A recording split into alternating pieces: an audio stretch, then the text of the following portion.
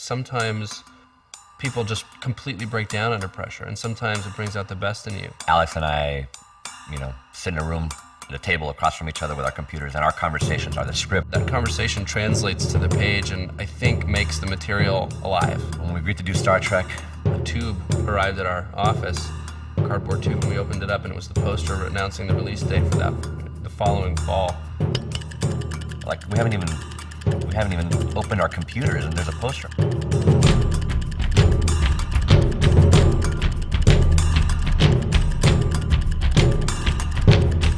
The racing spirit. Well, the racing spirit there is definitely a ticking clock. It's getting ahead of the competition. There's a challenge, there's a goal, but always wanting to be the best. In racing, you learn how to live under pressure. You're trying to be better every day. You got to work with your team because it's not just about the driver. It's about a team that's working together for one goal.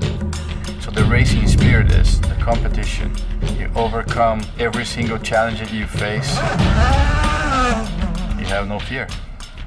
And that's what's, I think, iconic about the racing spirit for Honda, is it applies to virtually everything we do. The racing spirit is about unleashing power. We shouldn't just think of it as cars or motorcycles kind of running around a racetrack. And the idea that you set a goal that is so high and the expectation is so high, and then work as hard as you can to meet that. Come hell or high water, at this point, this thing is going to happen. It made you kind of focus and tune out the noise. You have to tune out the noise. And go, okay, what is the thing that I really want to see? Pressure has certainly made me perform better. The only way to get recognized was through competition. A lot of people will reach the top of their ranks, and then they just cruise. I had to learn new stuff. I had to keep going. I had to risk myself.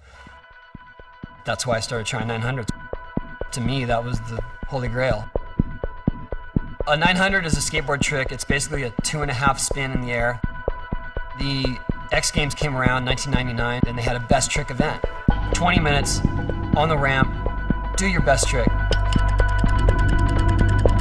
While I was doing it, I didn't care if it counted. I didn't care if there were no people there. I was either gonna make that thing or I was gonna get taken out in an ambulance. FCX クラリティの開発責任者をやっています。僕はクラリティっていうのは世界を変える力も持ったような車だともう開発担当者としては信じているんですけど、FCX の開発を始めた時に実は1999年にホンダがジャーナリストの皆さんを呼んで体験試乗をしてもらうような場がありました。その時に当時の社長が皆さんに向かって発表しました。ホンダは2003年に燃料電池自動車を実現します。ちょっと思ったのはきっとどこかに私の知らない別のチームがあって開発してるんじゃないかと思ったぐらい。でも実際は自分たちのプロジェクトで。I think that's what separates the people who succeed and the people who don't. Those who can really do it when it absolutely counts and pull it out when it seems like all odds are against you. I didn't believe I had made it until I saw everyone rushing around. And that's when I realized that it's done. I can't believe it. その世界で初めて実現する技術とか車ってことはものすごくチャレンジングな目標です。それを達成できました、最終的に。で、そこがすごく感動的な成功体験ですね、その時が。When you're in a competition and it's time-based, you just make it happen. You kind of force it. Sometimes you get hurt, but that's the best way to get hurt. I believe we have a limited amount of time, candidly. No one can tell us when we'll run out of oil, but we will. Everyone will tell you we will.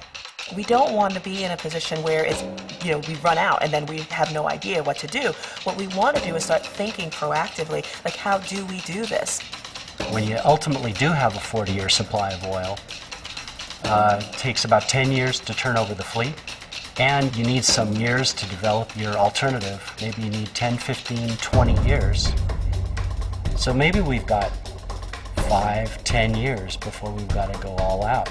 It's a race, but with any race, it's an opportunity to come up with something new, to provide solutions. We're going through this incredible transitional shift, changing and really challenging the dynamics of what we view as fuel. We're doing hybrids, we're doing every kind of alternative fuel you can think of.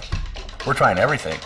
We developed and launched a natural gas-powered Civic. There's an electric car, there's a solar car now, a fuel cell car. A hybrid could be a hybrid of anything. Algae is very exciting, third-generation biofuel. Why would you put all this effort into a technology you're not even sure if people will adopt or use? And it's because we know it's right. そうするとじゃあ次の100年どうしようかっていうことを考えた時にもっと先ももっと明るい未来があるんだよっていうことが示せる。 You can't do it alone. You can't do it as one company. There's technology that's not ready. There's infrastructure that's not ready.